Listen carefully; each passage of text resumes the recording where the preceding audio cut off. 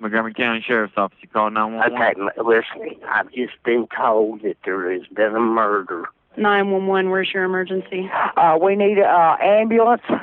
I went in to turn the living room light on. I can see blood.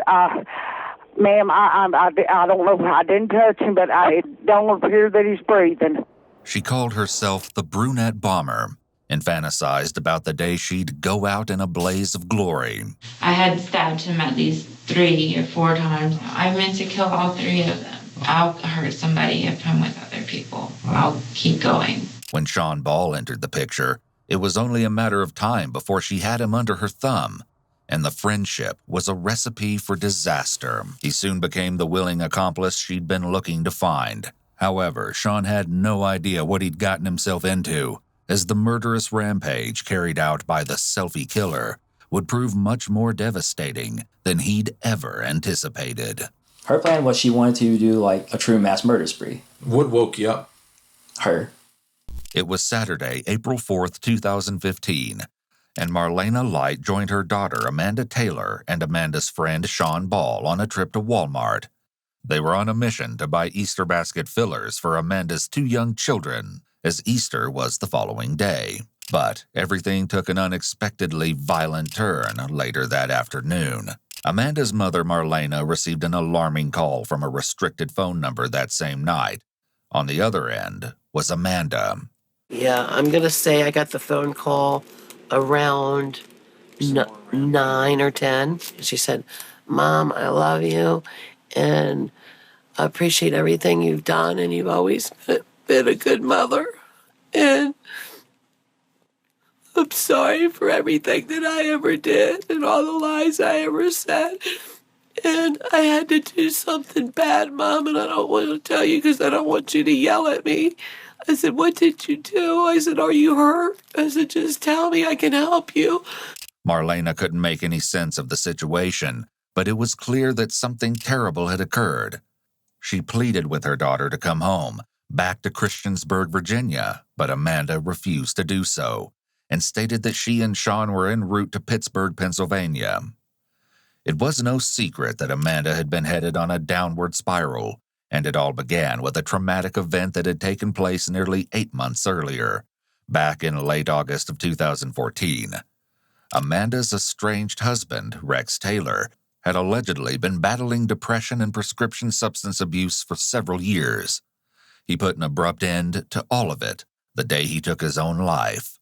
Upon Rex's untimely death, Amanda fell into a deep depression of her own. Along with it came an intense level of rage, and all of that bottled-up anger would be unleashed on one unwitting individual, at least initially. It wasn't as if the tragedy marked the onset of Amanda's issues, however. She had a checkered past, and Mariah Roebuck, whom we'll soon hear from, substantiated that. She'd become friends with Amanda when they were around the age of 12, and the two had gotten into quite a bit of trouble in the years that followed. According to records from the Montgomery County Sheriff's Office located in Virginia, it was back in October 2005 when Amanda and Mariah jumped into a car and ran away from home. Both 14-year-olds were charged with unauthorized use of a vehicle. In the midst of Amanda's indiscretions during her 9th grade year, she met Rex Taylor, who was 2 years her senior, and they began dating. In early April of 2006, Amanda was charged with disorderly conduct as a result of some alarming behavior that took place at her high school. She allegedly screamed, "This place, I hate this fucking place, I hate you people, I'll kill all of you." The incident definitely went beyond the threshold of standard teenage dramatics. Amanda became pregnant with the first of 2 children she and Rex had around this time, and her high school career came to a premature end. But the birth of their son didn't seem to slow her down much when it came to engaging in criminal behavior. The years leading up to Rex's death were riddled with more run-ins with the law for Amanda, including another attempt to run away that involved the theft of a vehicle, a conviction of underage possession of alcohol, multiple domestic altercations, and a drug conviction relating to methamphetamine. Then there was the issue of Amanda and Rex's rocky relationship that had been marred by alleged infidelity, among other obstacles.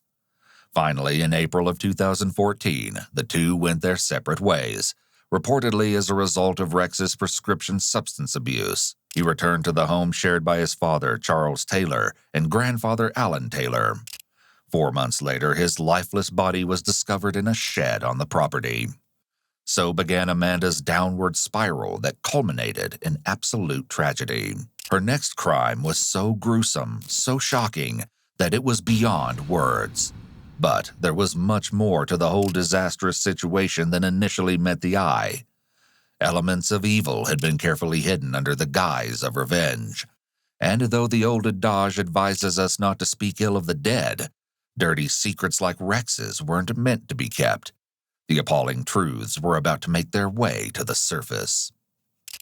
You see, Amanda had developed a deep desire to kill, and according to Mariah, the inspiration behind it was none other than Amanda's late husband, Rex. She wanted to do Rex justice and make Rex proud. Rex had a profound fascination with serial killers. He brought that on her. He really did bring that on her. In actuality, his interest went far beyond fascination. He had connections with serial killers that unquestionably crossed the line. One particularly unnerving example was a long-distance friendship Rex had struck up with an imprisoned serial killer by the name of Paul Runge. The two wrote back and forth, and Rex went so far as to change his name on a social media account to Rex Runge.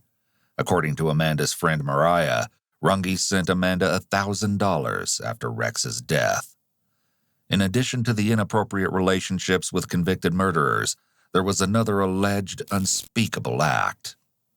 Like Rex's obsession, Amanda's was further evidenced by some appalling revelations. Past social media posts under her account where she took on the nickname Brunette Bomber glorified mass murderers and their violent attacks, including Timothy McVeigh, known as the Oklahoma City Bomber, and Dylan Klebold and Eric Harris, the perpetrators of the Columbine High School massacre. It didn't end there, though. According to Amanda's parents, Marlena and William Light, Her favorite movie was that one where those two boys went in and shot up that school and then themselves. My dad said that on her Facebook she's been communicating with people from ISIS. She had 25 people from ISIS. Wish her a happy birthday on the 27th. All kinds of weird, strange people. all the evidence seemed to be there. If only someone would have acted. It was clear she aspired to be one of those merciless killers she so idolized. Of course, it would start with what she depicted as revenge, but it would head in a direction even more sinister. She couldn't do it all herself, however. She needed a willing accomplice, and that was where Sean Ball came in. Though it's clear that his feelings for Amanda definitely didn't mirror those which she had for him, according to Mariah. I really think he was in love with her. And he would have done anything for her. She hated him. She did not like him at all. She was only nice to him because, he lives here. He was here all the time. He was our friend. She was always nice to him. In the car, he could take her wherever she wanted. She told me so many times she did not like him at all. I can be able to do whatever I want. I can control him like he's a dog. It was as if there was some sort of toxic bond that held the two together. The catalyst that seems to have put the horrendous plan into action began with the events of one night, just 1 week before the grisly spree would get underway. It was March 27, 2015, and Mariah and her husband Johnny Roebuck were celebrating Amanda's 24th birthday. We took her out on her birthday to get her mind off of everything. Try to let her have fun, and everything was going good. And until she wanted to go see Rex. And it's always a bad idea. She always just acts ridiculous every single time. She had a really, really big knife in her purse. If she was at his grave, she had the knife out. And she was gonna, she was gonna slit her throat. Along with Amanda, Mariah, and Johnny that night was Sean, who had gifted Amanda that very knife for her birthday. As it would turn out, this was a poor choice on Sean's part. He had to physically put her in Sean's Jeep. He had her by her arms, Sean had her by her legs. They had to put her in the Jeep, take her to her mom. William Light, Amanda's stepfather, also bore witness to a portion of the mayhem that occurred that night. 2:30 in the morning, there's a knock at the door. She's out there fighting this Sean and Mariah's husband. And she's got a knife saying it was her birthday and it was Rex's birthday too. And she said it was their day and she was going to be with him. Well, she broke and ran. And the police caught her somewhere on down Radford Street. Well, they took her to St. Albans. Amanda was taken to Carillion Clinic at St. Albans Hospital, located in Christiansburg, Virginia, an inpatient psychiatric and substance abuse treatment center. Well, 3 or 4 days in St. Albans, we told them that she said that she was going to kill her children. They released her. Apparently, Amanda had made the very same disturbing statement to Mariah. How many kids did Amanda have? 2. 2 and 7? Yeah. And any time that she's ever said anything about, killing them or anything, she says she just wants them to be wrecked. She's not killing them because she hates them or anything like that. In her mind, she thinks that they can just go and that everything will be okay. Clearly, Amanda needed extensive help, well beyond what she had received at the treatment center in the few days she spent there. She was supposed to stay there until Friday. She checked out on a Wednesday. So April 1st, she wanted to come here. And Sean, he was our roommate. He was living in our basement. And I told him that she can't come here. That I don't feel like it's safe. Well, I wouldn't let her come back here. But I got social services up here, got paperwork that she couldn't take them children out of here. Amanda had worn out her welcome at the homes of both her parents and her closest friend. She'd run out of options. That was when her wannabe knight in shining armor, Sean, came to her rescue. I was texting them both. I was calling them both. I was like, how could you guys do this to us? I knew Sean wasn't going to come back here. Our rent was due. He has the rent money from his mom, and he's like, I'm going to come get this to you, and I'm leaving to Asheville. I have plans. I was like, what are your plans? I was like, is Amanda going to convince you to go do something stupid? And he was like, no, I'm just going to Asheville. Did he ever bring you rent money? No. Maybe Sean truly believed that was where they were headed. Of course, he had no way of really knowing the extent of the horror the future had in store for him. The motel. They went to a motel after they left here. A receipt confirms that Sean had purchased a room for himself and Amanda at the local Super 8 motel. They checked in on April 2nd, then checked out the following day, Friday, April 3rd. That afternoon, Amanda and Sean stopped by his mother and stepfather's home to grab some clothing he'd been storing there before heading to Asheville. It was then that Sean's mother, Becky, met Amanda for the first time. He was real happy that day. It was real good. It was Friday, between 2:30 and 3, him and her. She was really nice. She didn't get out of the car or anything. How long has he been with her? I don't know. See, I just met her. Later that evening, after Amanda and Sean had come and gone, Sean's stepfather made an ominous discovery.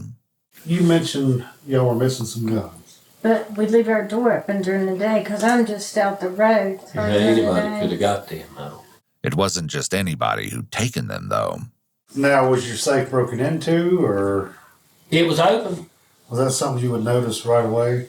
No, not really. Because they pushed it back, but it hadn't locked. And we never get in it because Roger didn't hunt. No, see, the mistake I made was not changing the code. It was just like it came from Walmart. 1, 2, 3, 4, 5, 6. Oh, okay. They'd never anticipated the need to change the code, unfortunately. The following day, the horrendous plan came to fruition. But it wasn't until later that night that the ghastly discovery was made. 911, where's your emergency? We need an ambulance. I went in to turn the living room light on. I can see blood. Ma'am, I don't know. I didn't touch him, but it don't appear that he's breathing. Around the same time the 911 call was made, Amanda placed that upsetting call to her mother, Marlena. She said, Mom, I love you, and I appreciate everything you've done, and you've always been a good mother, and I'm sorry for everything that I ever did and all the lies I ever said. And I had to do something bad, Mom. Then the following day, Easter Sunday around noon, Amanda's mother-in-law received a distressing call. Though it came from a restricted source, Melissa Taylor knew right away that it was her daughter-in-law Amanda on the other end. She said she just couldn't stop stabbing him. I said, please stop. I said, please stop. You got them babies to think about. And she said she'd never get to see the babies again and that she wasn't going out of this world alive. I said, please don't hurt nobody else. She said she wasn't going to hurt nobody else. And that if the law goes to apprehend her, she would shoot. They're not going to take her alive. No one could have ever predicted the identity of the victim Amanda had targeted. The revelation would come as a complete and total shock. By this time, a manhunt was well underway for both Amanda and Sean. Then a haunting post appeared under one of Amanda's social media accounts. Today when she called, she said, Mom, Sean was off. He couldn't handle it, so I'm by myself now. But this wasn't the whole truth. Not at all, as it would turn out. That evening, pings from cell phone towers were used to locate Amanda's whereabouts. Members of the North Carolina State Highway Patrol observed Sean's white Jeep heading east on I-40 near Asheville. When they attempted to pull her over, however, she fled. She wasn't going down without a fight. Law enforcement braced themselves. They knew she was armed and extremely dangerous. This reality was only further reinforced by yet another sobering social media post that had surfaced that day. It read, "All right, it's about that time. I'm going to find my husband in hell and finally be at peace." Turning herself in was obviously not part of her plan. After a 2-mile chase, spike strips were strategically placed in Amanda's path. Finally, all of the devastation and chaos came to an end when Amanda was taken into custody around 8 o'clock that night, miraculously without further incident. A few hours later, a Montgomery County Sheriff's Office investigator and an FBI special agent sat down with Amanda. In the interrogation room now, Amanda is about to receive her Miranda warnings. You're about to catch a glimpse into the mind of a demented killer like no other you've seen before. The majority of the following footage has never been seen before. You have the right to remain silent. Anything you say can be used against you in court. Amanda agrees to speak with the investigators, and surprisingly enough, she's poised to reveal every last twisted detail. Amanda begins her account of how she and Sean built their makeshift arsenal. It's no surprise that it began at the home of Sean's parents. So Friday morning, I'm pretty sure it was Friday morning, we went and we reset the code, and he got out the 2 handguns and that long gun? Whatever, the hunting rifle, the big one that was in the back. Right off the bat, Amanda displays some grooming behaviors. People typically do this when they want to be liked or seeking approval. Additionally, she's got some anchor point movements going on, which show that despite talking calmly, she's likely feeling anxious. Sean placed the firearms in his Jeep, and that marked the very point when talk had transitioned to action, and everything was officially put in motion. The first visit that Saturday to the humble home of Charlie Taylor in Ellett, just a few miles from Christiansburg, had occurred that morning. Charlie had supplied his daughter-in-law Amanda with some money to cover the cost of Easter basket surprises for his 2 young grandchildren. The second visit, however, would prove nothing like the first, and it quickly took a horrible turn for the worse. How did it start? I mean, how did the assault on Charlie or the attack on Charlie, how did it start? I know it's like a really pathetic excuse, but I really just got really angry to where I blacked out. And that's what I told him at the hospital that I needed help with, because when I get nervous or angry, I just act on impulse, I can't help it. As soon as she's confronted, Amanda begins rubbing and touching her face, a self-soothing technique. As well, her hands emphasize when she says act on impulse, but just before she says it. This is a clear cluster of anxiety, but also shows that she's experiencing brain and body mismatch, since her motions don't match her words. This indicates that what she's saying here isn't the full story. Something is missing. I killed Charlie at 3:27. I purposely did that because that's mine and Rex's day. I think he, just seeing him crying and sobbing over it, And I do remember, I'm like, he's like, I wish I was with Rex. I was like, you wish you were with Rex. And then Did you take the knife out then? Is that when you took it out? Okay. So you stabbed him, you don't know how many times you stabbed him? I have no idea. Okay. Do you remember where you stabbed Charlie at, where the places that you stabbed him at? I tried really hard to stab him in his chest. I know there's probably defense wounds. He put his arm up. I'm pretty sure I stabbed his face. I was mainly trying to stab his chest. I know Sean got his arm with the crowbar and I think his head. Okay. And there was a lot of blood up against the walls. The knife and the crowbar. All right. Did you guys go wash up at any place? I mean, did you get the blood? How did you get the blood off of you? I had there was none on me. I had the white shirt. There was a shirt still in the Jeep. It was just a white shirt and black pants. And I got like one little drop on me. But it was mainly, I guess, since the knife was so big. Yeah. That it didn't really come back out on me or something. I don't know. But there was a bottle of Febreze in the Jeep, and I just sprayed it on there, and I wiped it with a hotel washcloth that I had still in the Jeep. Did Charlie ever stand up, or was he just stayed seated on the couch? No, he couldn't get up. He couldn't get up? The only self-defense was him lifting his arm. Like, that's it. Okay. Because we found his class ring on the floor. Yeah, he flopped, did you guys see it? Yeah. His body, he flopped over that, so I guess it fell off then. Okay.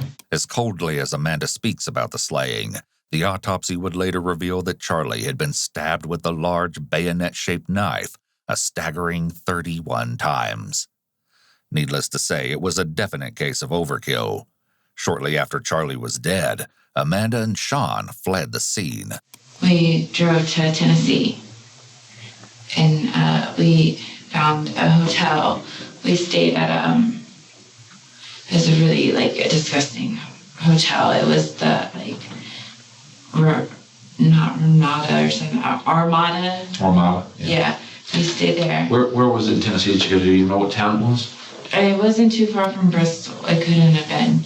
And we stayed the night there, and we took all the guns and ammo and everything up to the room in case something was going to happen. However, nothing happened, and once again, they were off. But the reality of the dire situation was starting to sink in. According to Amanda, they had arrived at a crossroads, and it was then that Amanda presented Sean with two options. The way she saw things in her demented mind, at least. We didn't have a place to drive, and then eventually... Amanda's hands are palm up as she retells her story, a position that can mean she's lacking confidence in what she's saying and is asking to be believed. As she speaks, Amanda uses a lot of ums. Filler words when someone is in the middle of a narrative can be a sign that she's thinking about what she's saying and leaving parts of the story out. I told him, I'm like, if we're going to survive, we're running out of gas. We have no money. All our money was gone. Mm-hmm. We're going to have to kill people and get it, or we're going to turn ourselves in. What did he say when you said that? Nothing. According to Amanda, Sean was writing a farewell letter to his family as he was planning to take his own life. You'll recall Amanda's social media posts that reference Sean's death and her mother's account of the brief conversation on the subject that ominous Sunday. Today when she called, she said, Mom, Sean himself, he couldn't handle it, so I'm by myself now. I told her today that Sean killed himself. Well, the information Amanda had provided wasn't true. Now that she's in custody, she gives investigators the real story, and it was nothing like they expected. He took all my medicine. From when I went to the hospital, I didn't take any of my medicine. There was Klonopin and then 3 other depression, anxiety medicines that you're only supposed to take at bedtime. Mm-hmm. I don't know if he took all of it, but he was really messed up. And I remember going on the Blue Ridge Parkway because I wanted to be somewhere where no one would see me. I couldn't just pull over and shoot him. He was just making me so mad because the point of killing Charlie was over him getting Rex on drugs, and me losing my husband because of drugs. And then he's gonna sit there and get so messed up that we can't even get back home. I literally went in a big circle through these states because I didn't have him helping me or anything. It's bizarre that Amanda claims Sean made her so angry by attempting to take his own life with her medications, but that she then decided to take his life herself. She's made a twisted connection to losing her husband to drugs with her justification of wanting to kill Sean. It's clear that she has a victim-blaming mindset and doesn't take accountability for her own actions. Amanda eventually exits the Blue Ridge Parkway, which consists of 469 miles of roads that wind through scenic areas of the Southern Appalachians in both Virginia and North Carolina. But the purpose of the detour certainly isn't to marvel at the beautiful scenery that surrounds them. I had got off and I turned down, I just remember taking right and then I curved left down there. I'm pretty sure that's how it was. I know I didn't turn left. I went down that road.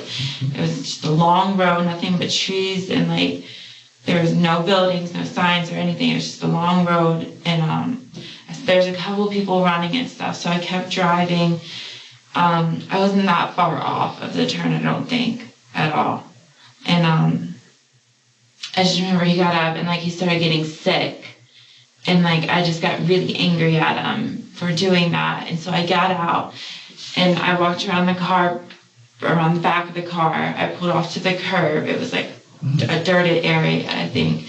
And I remember seeing a girl, like she was jogging in front of us. I shot that way. And then I remember seeing her fall. And I just remember Sean saying that gun was super loud. So that's the only reason I like shot at her, is because I was scared that like, okay, so you shot her. Freak out and flag down a car or something. Amanda's ability to target an innocent girl running away from her further demonstrates that she is a cold-blooded, psychopathic murderer.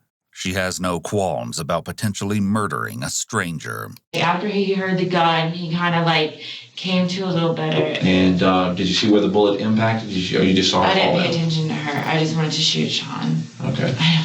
In a case of horrific irony, Amanda turns a firearm Sean had given her onto him. I aimed for his head and his face. Okay. To shoot him in the face. You were intending to shoot him in the face or the head or whatever. Yeah. Okay.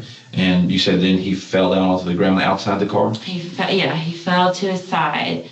And I just remember hearing gurgles and stuff and like weird noises. So I'm like, okay, he's dying because that's what happened to Charlie. Like Charlie made those noises before he died. Do you know how close you were to him? I mean, did you have your hands on him when you fired, or at Sean? Yeah, like Sean. Our distance. Oh, like this close? Yeah. Okay. I meant to kill all three of them. Okay. She shows absolutely no emotion that she may have ended someone's life just because they were in the wrong place at the wrong time. Her complete lack of empathy for this random person jogging who had nothing to do with her whatsoever is really telling as to the depths of Amanda's sickness. Law enforcement was unable to locate the jogger. Perhaps Amanda hadn't actually hit her and she managed to escape the area unscathed. But as for Sean, the situation was much more harrowing. It seems that's where his life ended. However, things aren't always as they seem. Did you find out if he died? Did Sean die? He is in a medically induced coma right now. So he'll probably survive? That's way too early to tell if he will or not. But if he does survive, he had a big part in this too. Amanda feigns her concern for Sean's condition. Of course, it's clear that the real reason for her concern is that she wants Sean to take the fall as well. To Amanda's chagrin, not only did Sean survive the shooting, he recovered and later provided investigators with his version of what led to the end of Charlie's life. You're Sean Ball, is that correct? Yes, sir. Okay, today is May the 12th, which is Tuesday, 2015. Okay. Again, my name is Captain Robert Newman with the Montgomery County Sheriff's Office, and this is Investigator Don Link. Yes. And he's also with the Montgomery County Sheriff's Office. And we want to talk to you about the events that occurred back a few weeks back. Sean is advised of his rights and agrees to proceed with an interview. The investigators attempt to gain an understanding of the strange dynamic that is Sean and Amanda's relationship, or at least what Sean believed it to be. What was your relationship with her? I don't know, like I always felt bad for her. and I really liked her a lot. I really felt like she and I kind of loved each other. She might have actually been pregnant too, so I kind of felt in the protector role of her. Sean assumed he was the father of the child had Amanda truly been pregnant. I got so obsessed with her and just wanted to be there for her all the time was because everything she said was like something I've always wanted to hear from somebody. Like I've never felt good enough for anyone. She just made me feel important. I was that guy that she was waiting for since her husband died. So you were so infatuated with her. Yeah, I don't know, like I just kept, and her friends knew that too. Like she was, like one of her best friends sent a text to my mom even like multiple times saying how Amanda would joke to her how she could play me. It appears that Amanda saw her relationship with Sean solely as a means to an end, especially since he had a car. Amanda used his infatuation with her for her own nefarious purposes. Sean's claim that he and Amanda had an intimate relationship makes his feelings for her much more understandable. It also demonstrates how cold, calculating, and manipulative Amanda was. Consistent with his feelings of obsession toward Amanda, it seems Sean was content to follow Amanda's wishes, no matter how depraved. Sean tells investigators about when he and Amanda arrived at Charlie Taylor's house somewhere around 3 o'clock that fateful Saturday afternoon.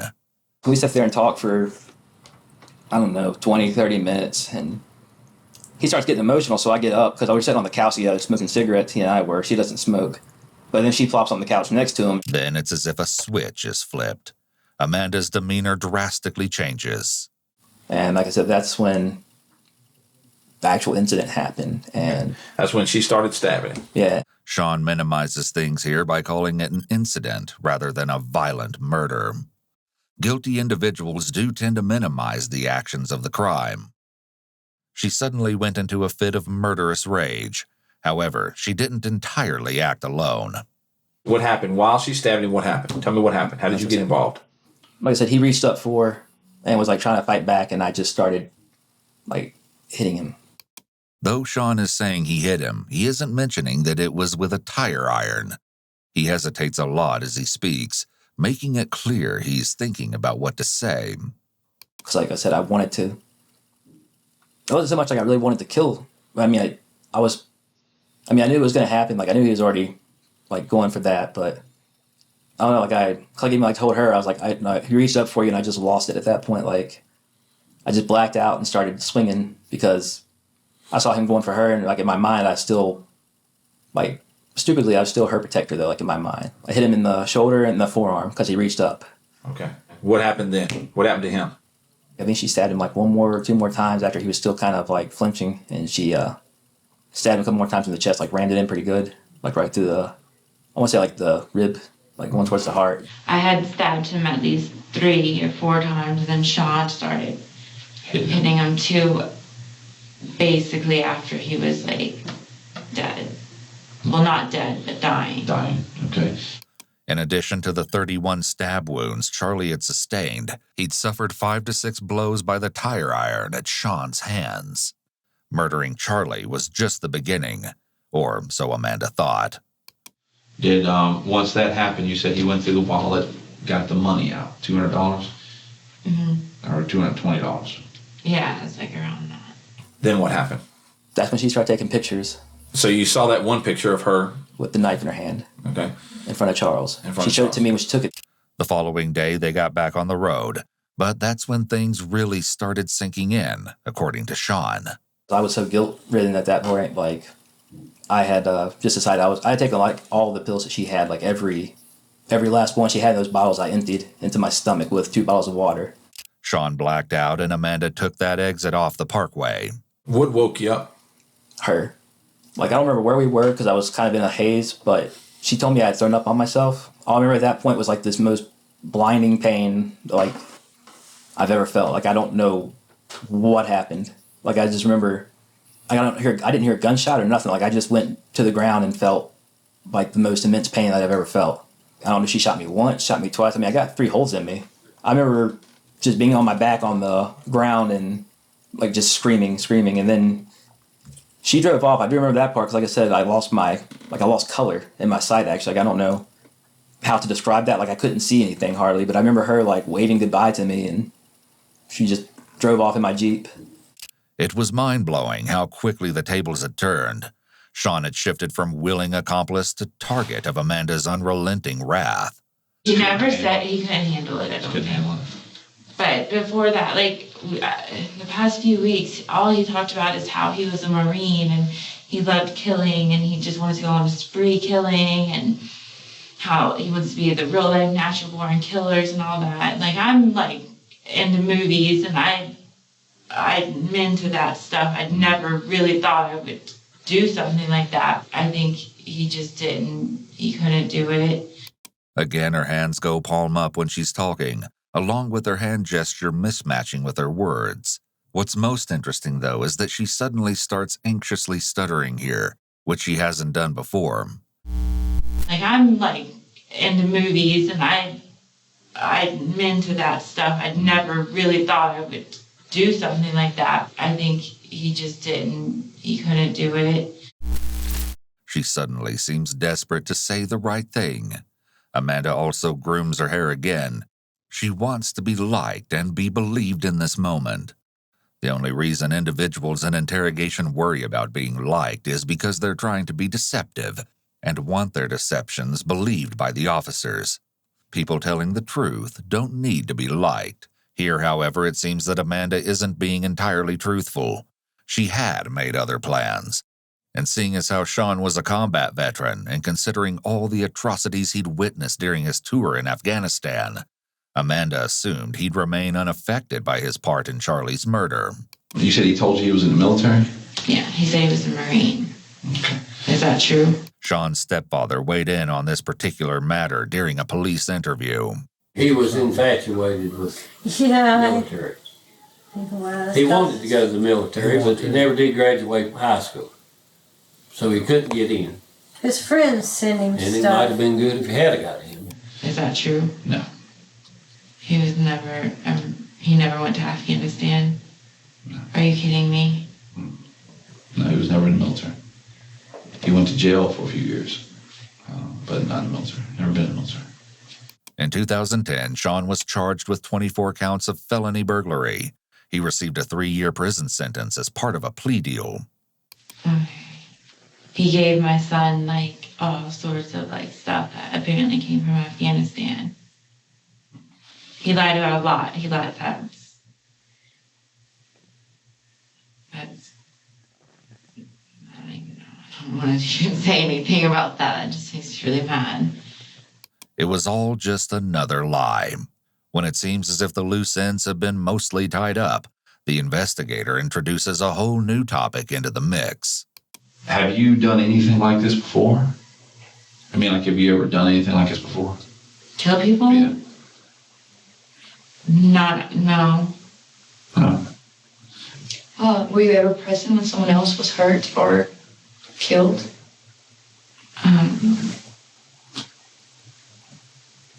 What she's asking is about, you know what she's asking? Yeah.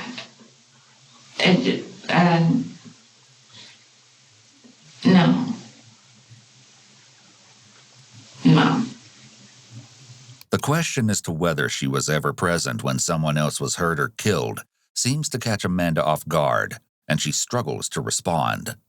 Although ultimately her answer is no, her reaction seems very deceptive, and her hesitation implies yes. She's clearly very anxious at this point in the interrogation, and this line of questioning is very uncomfortable for her. You took a long time to answer that question. Is that because you just don't want to tell us? I won't talk about it. No. I know it might help me, but... Well, just give me a hint. It's something that Rex did. Something Rex did? Yeah. Oh, are you worried that you'll hurt Rex's memory or something? I just gave him my word, and I'm not gonna... Right. Rex kept all his secrets. There's plenty of bodies Rex knew where Bill Snuff, whatever his name is, Rex knew a lot of stuff, and he always kept his word. One can't help but wonder if there had been other victims, in addition to the young woman described by Amanda, who had allegedly suffered a brutal beating before Rex took his own life. A horrific possibility, but certainly not implausible. Clearly, she'd planned out what to say about killing Charlie and Sean's attempted murder, But this line of questioning wasn't something she anticipated. But as it turns out, this particular investigator has known of Rex's unsavory interests for quite some time. My specialty is in, well, I don't think I really introduced myself other than you may have met me a while back. I command the Criminal Investigation Division for the Sheriff's Office. I'm also a task force officer with the FBI. My specialty is in computer and network forensics and tracking people over networks. So you know. I know a lot. As the investigator says that he works in computer network forensics, Amanda's eyes shift. You can see her thinking about what this means and how much he might know. She has also gone completely still. I worked some stuff with Rex back before he died. And I knew Rex said, you know, the cases I worked with him, he talked about writing to all these serial killers and sending pictures of your kids to these killers and things like that. Did he tell you about all that? Yeah. Okay, so you knew about all those things. Though her hands disappear under the table, you can still see them moving, and she's engaging in some self-soothing behaviors. And Rex didn't really hide a lot of the stuff that he did. I mean, as far as, you know, what he told a lot of people about that stuff. After a bit of careful prodding and some time to think, Amanda reluctantly reveals details of the act, an alleged brutal attack that had taken place a few years earlier. However, it's important to note that this story has never been verified, and there's no evidence that it ever occurred. It was some drunk girl that was from Blacksburg that was walking down when we lived in Ellett, and he picked her up and he beat her up pretty bad, and he left her there. I don't know what happened, but I don't know who she was. Did she live, die? You don't know. I didn't care. I didn't know. She was blonde and little, and she was she was our age. At the time, that was probably 1920. Despite the fact that she'd intended for that horrific secret to die with Rex, she had no intention of allowing her own barbaric plans to fade away. Shortly after Charlie's murder and prior to the trek to Bristol, Sean and Amanda had visited a local Dick's sporting goods store and purchased ammunition. Sean provides further evidence that Charlie was indeed meant to just be the beginning. Her plan was she wanted to do like a true mass murder spree. Like she talked about going down the road and shooting at people or stopping at truck stops. And like when people aren't looking or something like that, she would just shoot or stab them. Any questions you got for me? What's going to happen now? Well, it's right now we're holding the warrants on you. Okay, there may be other warrants that will come down for you from North Carolina. Right now you have the Montgomery County Sheriff's Office has you charged with second-degree murder. Or you will be held on a fugitive warrant here for the homicides that occurred in Virginia. If they find this woman and she is dead, you can be charged with her murder in the federal system because it happened on federal lands. Her murder, I didn't mean... Well, you meant to kill her, but... If we find her, she's still alive, yeah. Then we wouldn't charge you federally probably for her, because she wouldn't be dead. Yeah. Okay. And that's why, I mean, they're still looking for her. Yeah. I want to go to prison and get the death penalty, so I will do whatever I have to do to get that. Well, I don't want you to... And hopefully, if I help you, you guys will help me with that. Well, I mean, again, I'm going to talk to the Commonwealth, and based on what you said, you know, there's definitely premeditation can occur minutes before the crime. Perhaps the most baffling element of this interview is Amanda's claim that she hopes to receive the ultimate punishment. However, it's not especially believable that she truly feels this way. Had Amanda genuinely wanted to end her own life, she could have done so before being apprehended by authorities. This just reinforces the edgy persona she tries to convey, the same one seen in the photos she posted to social media after murdering Charlie. And it sounds like you've planned this thing to kill You're him. going to see my Facebook, so you'll... I already know. Yeah, I mean, I've seen your Facebook, and I've seen your Instagram, and you've pretty much said what you did and why you did it, you know, and you intended to do it. So, you said in here that you intended to do it, you know. I don't want, not like, I mean, in a cell, will I be alone? I can't. Well, based on what you're telling, I mean, you know, we're going to, the people that are out here, You're going to get their intake process. You'll go through a screening, an assessment of your danger to others and your. I'll hurt somebody if I'm with other people. I'll keep going until you guys are done with me. Well, let's don't do that. If you don't do that. Sorry to say that, but that was my goal, was just to do what I need to with Charlie, and then I'm done. So I'll do what I have to do. Well, let's don't kill anybody. Okay, try not to do that. But thankfully, the dream of mass murder will remain just that for Amanda. A jury deliberated for less than 30 minutes before finding her guilty of first-degree murder. In mid-November of 2015, after an unusually expeditious trial, she was sentenced to life in prison. As for Sean, he opted for a plea deal and was sentenced to 60 years for first-degree murder, with nearly 19 of those years suspended.